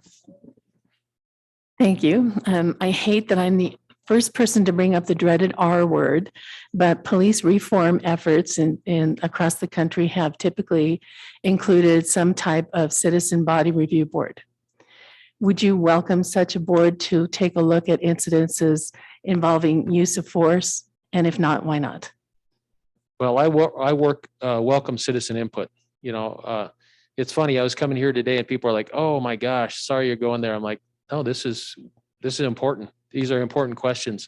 I welcome citizen input, but I will also make sure that I'm straightforward with information that I provide, that if we move as a city into civilian oversights, it's my duty to articulate what that will entail. And it's significant when it comes to evaluating personnel decisions in an organization. That is resource intensive. I can tell you each day we have over 40 hours of body worn camera footage that's occurring in the organization, and we're paying attention to that. We're reviewing it, not all of it. Internal affairs case can take months. Reviews can take significant amounts of times. Reviews are significant. So it can be done. I welcome citizen input, but it's going to be a comprehensive approach that we need to evaluate. And frankly, there would have to be policy changes at the city level that would allow civilian oversight or civilian input into personnel decisions. But I do welcome it. That's why I'm supportive of our city attorney's office and human resources looking at our use of forces, because they see it. They see those through a lens that's different than a police officer's lens. And that's important to get that perspective. It's really important. So I support that. Sorry. Mike had a follow-up question. Catherine, did you also have a follow-up question? Okay, we'll go with you first. Mine kind of goes with Mike's question too, I think, but are there policies or procedures in place for an officer in the field to report excessive use of force by another officer without any fear of retaliation? Yes, absolutely. And they're required to do that by law. They're required to do that by law. If an officer, they have a duty to report and to intervene. They do. There's no retaliation for following the law. That is expected. That is the culture, and it's their duty and their oath in the law. They have to do that. So there's no retaliation if somebody reports. It's actually today and in our organization and on my watch, that would be an honor, in my opinion, for an officer to report criminal conduct. It's the right thing to do. They have to do it. I don't see that as a problem in our organization. If somebody sees something, they let us know. And there's been cases where we've had reports in our organization of something an officer saw. We took a look at it, looked at the different angles, and found that it was justified. And it was fine that the officer had the courage to follow the law and do that right. So. All right. Mike had a follow-up question, then we'll go to Jessica. Yeah, I just, a few years back, when I was still with the city, you were kind enough to give me a demonstration on how the body worn cameras work. And I just had kind of a question. You brought that up in your response. And I noticed that you're all wearing the body worn cameras. What is your policy? I was curious for use. I mean, obviously, there's a data storage question. I mean, there's in addition. So I was curious, for an officer in the field, at what point, what is the policy related to the use of the camera and then the retention of those files going forward, and is there any implication for anyone who fails to use the camera in a situation that, that may warrant it? I was curious if you could kind of address that. That's a really good question. I'm going to start from the end and move back. With the presentation you heard the other day with Axon, with the software systems, with the body worn cameras that are connected in with our tasers, there's going to be opportunities now in that software that if officer unholsters their weapon or they pull their taser out, it's going to turn on their body worn camera immediately. It'll just automatically do that, because we know there's times when under stressful situations, an officer has and will forget to turn their camera on. Life or death situation, something real quick. We're going to put some safeguards in there. So hopefully that'll alleviate those ones. And there'll be a time when an officer forgets. They will forget. And if it's an honest mistake, it was forget. We work through that with coaching and counseling and training and get them back on the right track with that. And then there is serious ramifications from the state laws now that are going to get into certification issues with officers if they do not turn their body worn camera systems on in the near future. So it's getting very serious about it. So I can tell you one thing about our department is we incorporated these several years ago, knowing that it's the right thing to have cameras in this profession. Now the state is mandating it for law enforcement agencies over the next couple of years, and everyone will be required to do it. But the good news is we've been working in that direction and we're prepared. As far as retention, it depends on what the recording is. If Mike, if you and I were out here tonight and you waved me down, you say a black and white card, and you're like, hey, I got a question, and I pulled over, I would record that because it's a contact. We should be recording that. And you might just say, hey, I was new to town here and I saw this over here. I have a question on it. Okay. What's your question? I answer your question. That's it. We go done. And that is labeled at a certain retention period that will spin off. Let's say, I'm just going to put this number out, 6 months to a year, whatever the case is. If it's a felony arrest, that retention period is going to be for years. If it's homicide, indefinite. It's just going to go for a long time. And that goes onto the iCloud that's managed through evidence.com that handles that retention, and they fall off so that it's not just storage that's just there forever. It comes off it. Jessica. Thank you again, Chief Tyser. I know it's been a long night. Appreciate your time. I want to just say something. This is not a question, but we have seen via video from the Garner case, which I know we can't talk about, but we have seen video of officers knowing things and not reporting them. And I want to state that we have seen that, and it's confusing to me to hear what you're saying and to know that. My question is, can we invite you back for some more questions? Because I think we do have more questions, and I would appreciate your time if you're willing to give some more. Yes, you can invite me back. I'm here. This is the community that I work in, and always happy and honored to be here. So please do. Thank you. Thank you for the Can I make question. that motion, Chair Pryor? So yeah, we should just go ahead. I motion that we go ahead and extend another invite to Chief Ticer, obviously date TBD, but I vote that we go ahead and extend a second invitation. Second, okay. Just discuss that real quick. Yeah. I mean, I just out of respect to the chief and his department, I think I just would like to put a little bit of parameters around that, because I think, you know, I want to be respectful of his time and his contribution, you know, and I think we had discussed at the last meeting that we would invite him to come and kind of address on the Loveland Police Department policies and procedures and training, which we have, and I'm very grateful that you've made the time. But we would like to follow up at when the report, after the Jensen Hughes report, so that we can kind of have follow-up questions with that. So I don't want to, I just wanted to be clear, you know, we're not going to ask you to come every 2 weeks to come kind of answer questions, that we have that it's purposeful and it's a valuable use of your time and our time. So. Yes, thank you, Mike. Yeah, and that's why I said to be determined, because I'm sure that we will probably have fresh questions once the Jensen Hughes report comes out and we can speak about things like the Garner case. So, yes, Tara?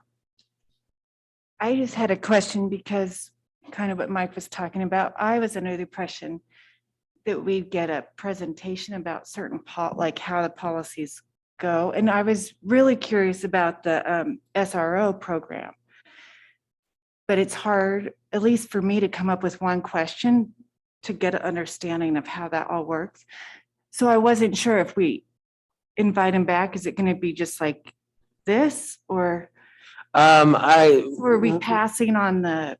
Yeah, right now, we're only passing on a second invite. You know, what the meeting will pertain to, I'm sure we will have a meeting about beforehand. But I don't want to just set anything in stone right now with the motion. Hold on one second. Ron was next. I think it might be more appropriate for us to make that motion. Make the motion an invitation after the report is out and after we have an idea of what it is that we want to invite him back to do. He's been very gracious in saying that he's open to that, come back. So I'm not sure that we should be under pressure to extend that invitation tonight. That's fair.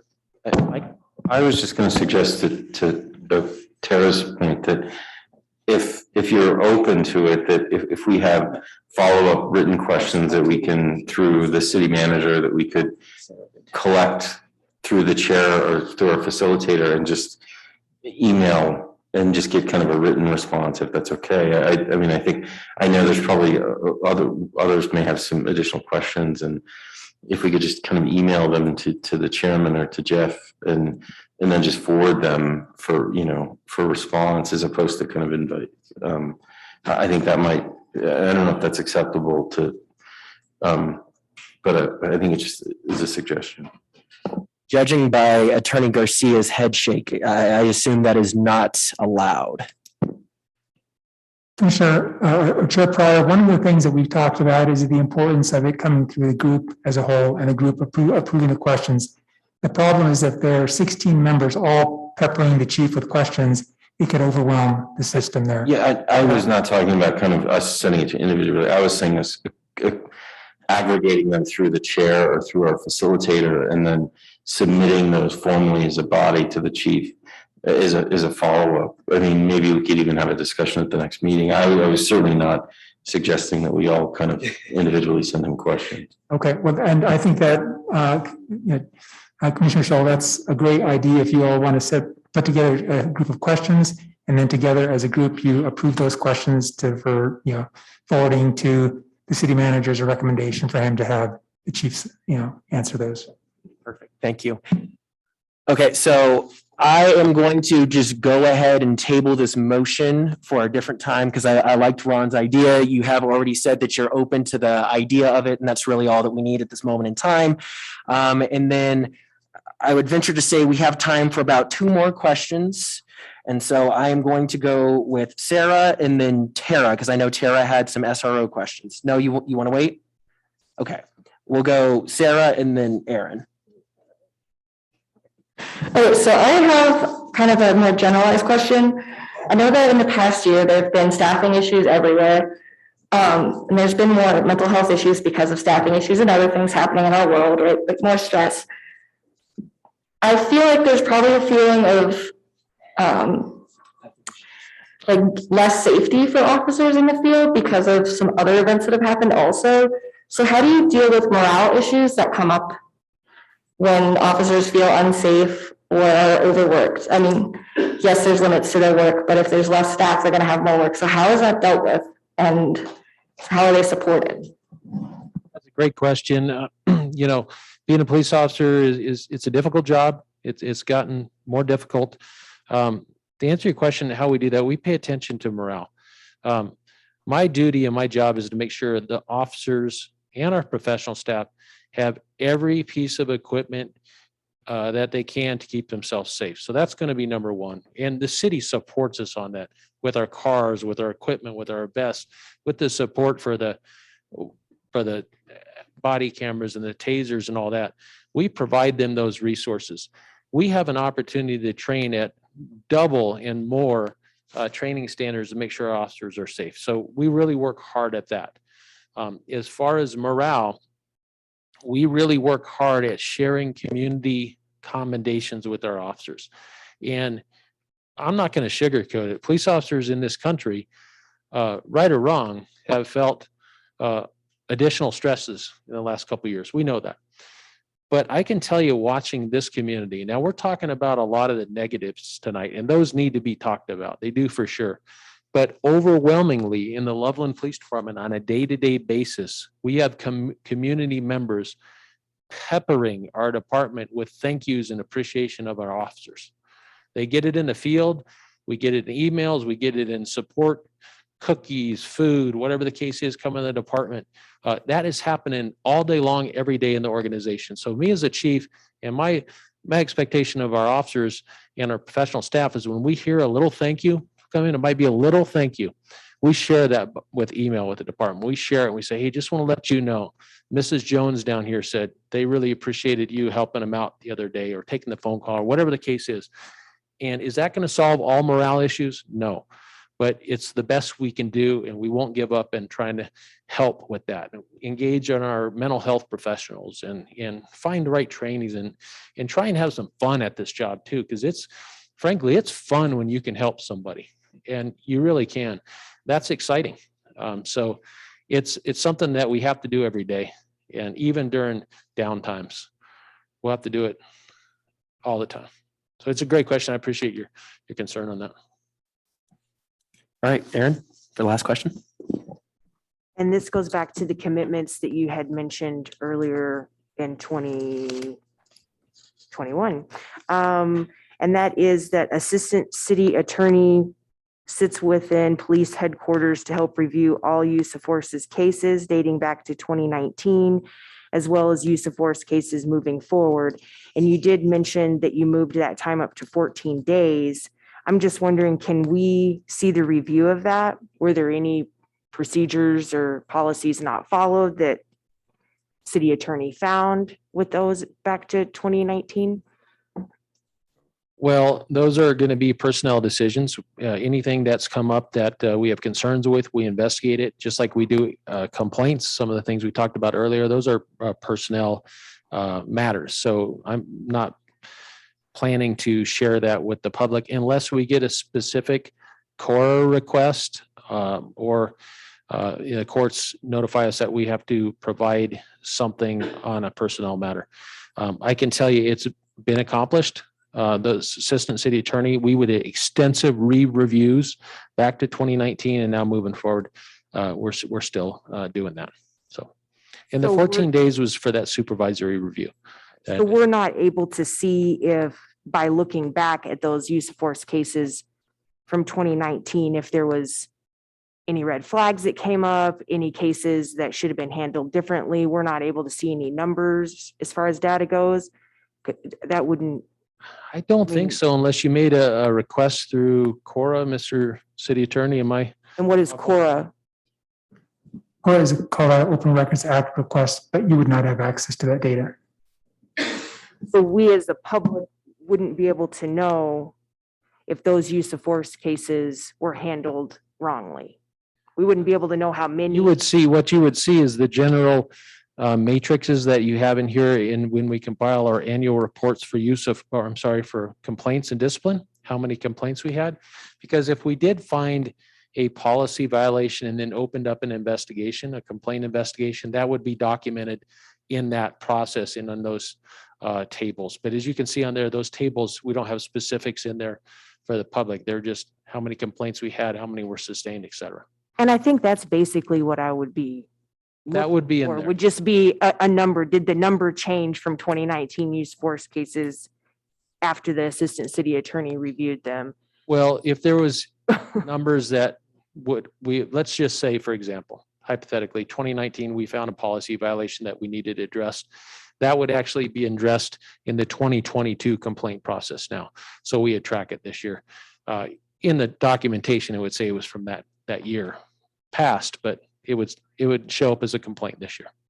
So how is your department handling if any of those were not handled properly?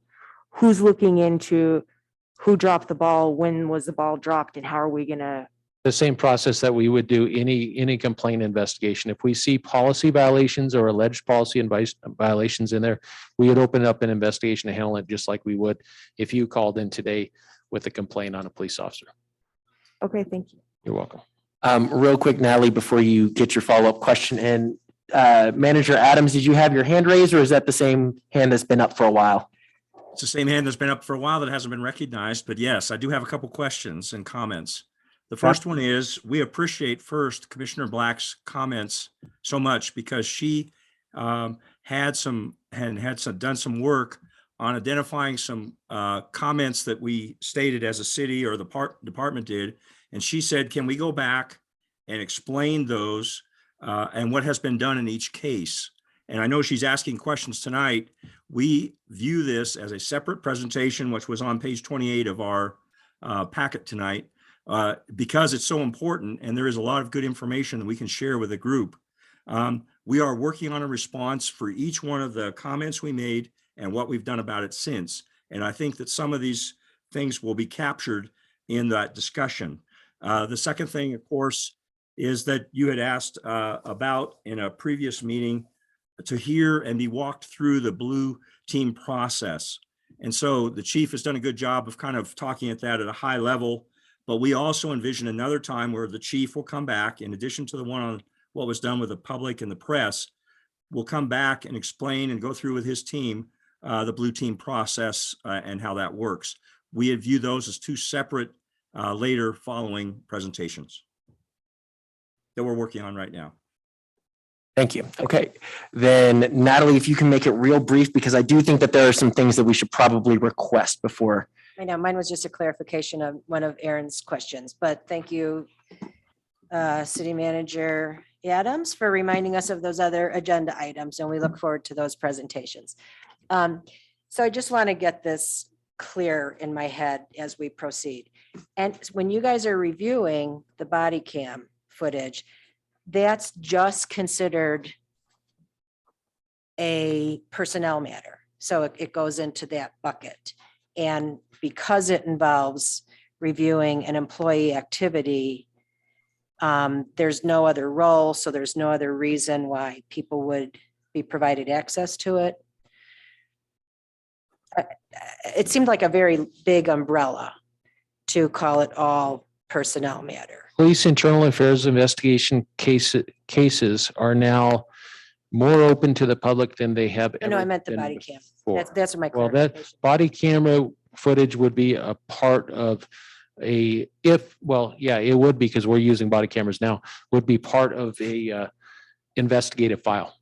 So in reality, if a citizen, a community member wants an internal affairs case file on a particular one, you can make that request. Yeah, that's not my question. I just wanted to understand. I'm not debating it. I just want to understand for clarification that body cam footage is just considered personnel because it may be, whether or not it's in a part of a internal affairs investigation. That seemed to be what your answer was to her. And so I just wanted to clarify that. To clarify, it depends. Body camera footage could be part of an internal affairs case. It could be part of a criminal investigation. It could be part of a random evaluation check of an officer's body camera footage. So it just depends. It is available to the public if it's an internal affairs case and it's requested. If it's just a review at the department without a case assigned to it or a criminal case, that's just a review. I'd have to ask the city attorney if that's something the city would be willing to release. But you know, it's public information. So my suspicion is if you had a specific question about a body camera footage on a particular date and time, you can make that request. And that's why you were saying just submit a core request for that.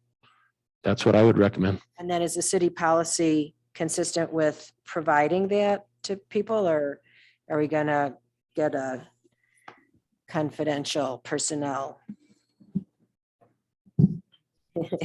Yes, sir, city attorney, sorry. Commissioner Walsh, what I would say is, we're going to look at these on a case-by-case basis because that's what the courts have asked us to do. If it is not an internal affairs investigation, which is required to be released by law, at a request, if it's anything less than that, then we have a balancing test that we use that's been set by the courts to determine whether we would release it or not. And that would be pursuant to the Criminal Justice Records Act. Thank you. I do believe that is our last question for the evening. So again, Chief Tyser, we appreciate you for taking the time to be with us. Actually, I misspoke. One more thing, and it's super quick. Who is y'all's, because I had to do a huge report for my grad class. Who is y'all's social media person so I can send them some numbers that I had to do for a research project? Tom Hacker. Tom Hacker. Thank you. Okay, so again, yes, thank you for your time. We greatly appreciate having you. And then we'll discuss as a group for hopefully another day to be able to bring you in. Great. Thank you for your time. Thank you for your questions. Appreciate it. Thank you.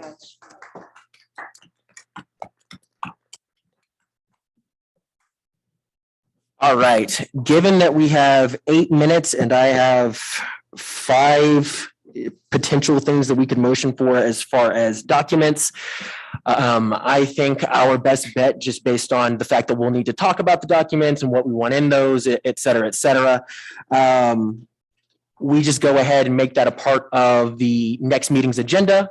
We'll etch out a little bit more time than usual to talk about requests. There might also, according to what Natalie found out, there might also potentially be some body cam stuff that we could request if we were specific enough with it. So I will make that one of the main agenda items for our meeting on the 17th.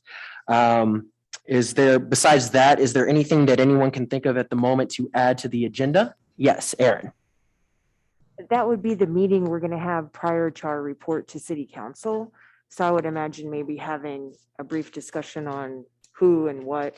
That is We correct. kind of talked about what before. Right. But we might have a little bit more to add to that, but that's the meeting before that. Okay, perfect. Yeah. So yes, Jessica.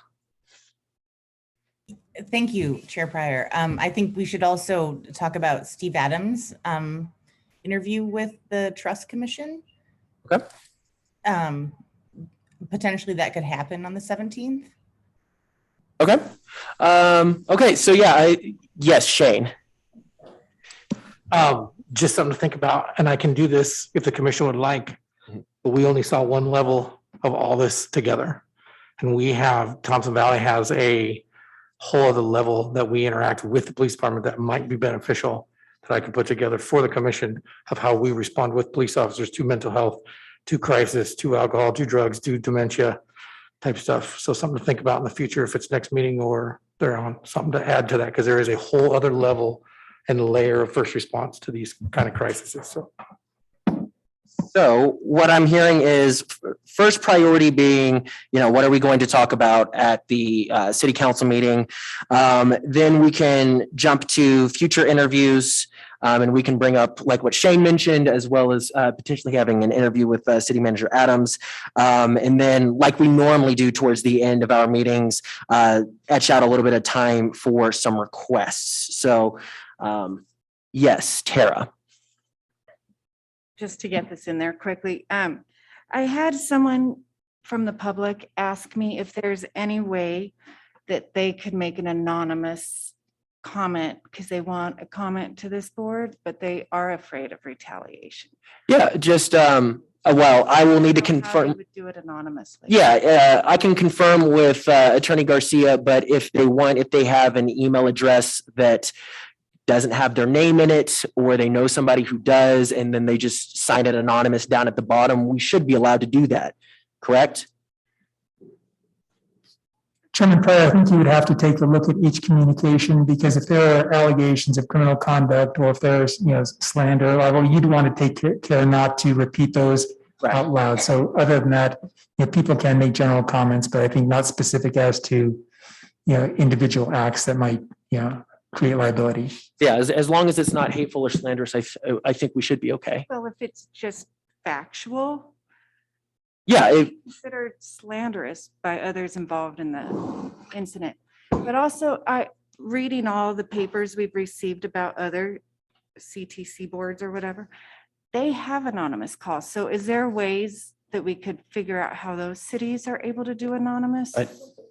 that'd be a Justine question, and then after Justine, we'll finish up with Mike. Sorry to put you on the spot. That's fine. Would you mind repeating the part that you're hoping to be anonymous? So other CTC boards in the policies that I think Mike provided, or someone provided for us. The trust, the 20th century policing. Yes, they were talking about how important it was to be able to make anonymous calls or submissions.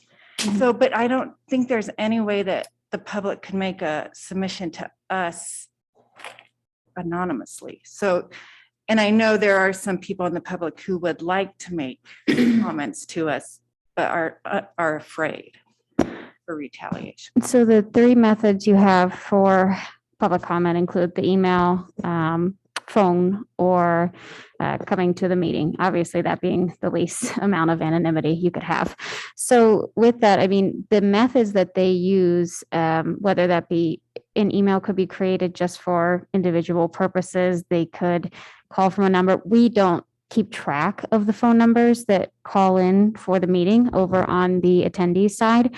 And so I hear the concern about there wanting to be a level in anonymity, but we understand that when people come to council meetings and say they're a Loveland resident or not, that could be truthful or not. So we don't do follow-up or research and was that claim truthful or not. We just kind of assume that what they're saying is honest, but there are opportunities for people to not be honest in the way that they're giving their comment. And so I think right now we ask people at the council meetings to identify if they're a Loveland resident. I don't believe we ask people to necessarily identify names via public comment. I know we've had people submit to council without a name. They'll just say they're a Loveland resident. So that's happened before.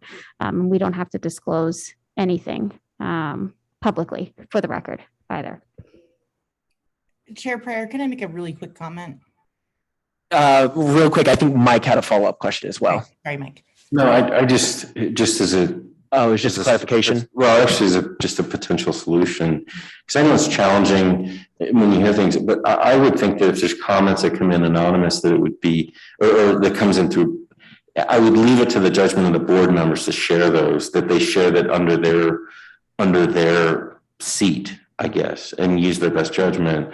Because I do think, I mean, having read the RH line for the last decade and what anonymous comments, the quality and the vitriol, I'm a little reluctant, but that's why I would suggest, I mean, if there are comments that come in that we would share as board members that are identified from community members that were unwilling, as opposed to just having somebody, go through some other process. So that at least that way there's an accountability through whatever commissioner chooses to share that. So Jessica, I apologize. We're pushing right up to 8:30. So okay. Right. I affirm what Commissioner Scholl said. What's up? I confirm or I affirm what Commissioner Scholl said. Gotcha. Perfect. Okay. Well, then with that, it is about to be 8:30. So I'm going to go ahead and adjourn this meeting. Thank you guys so much. Y'all are fantastic.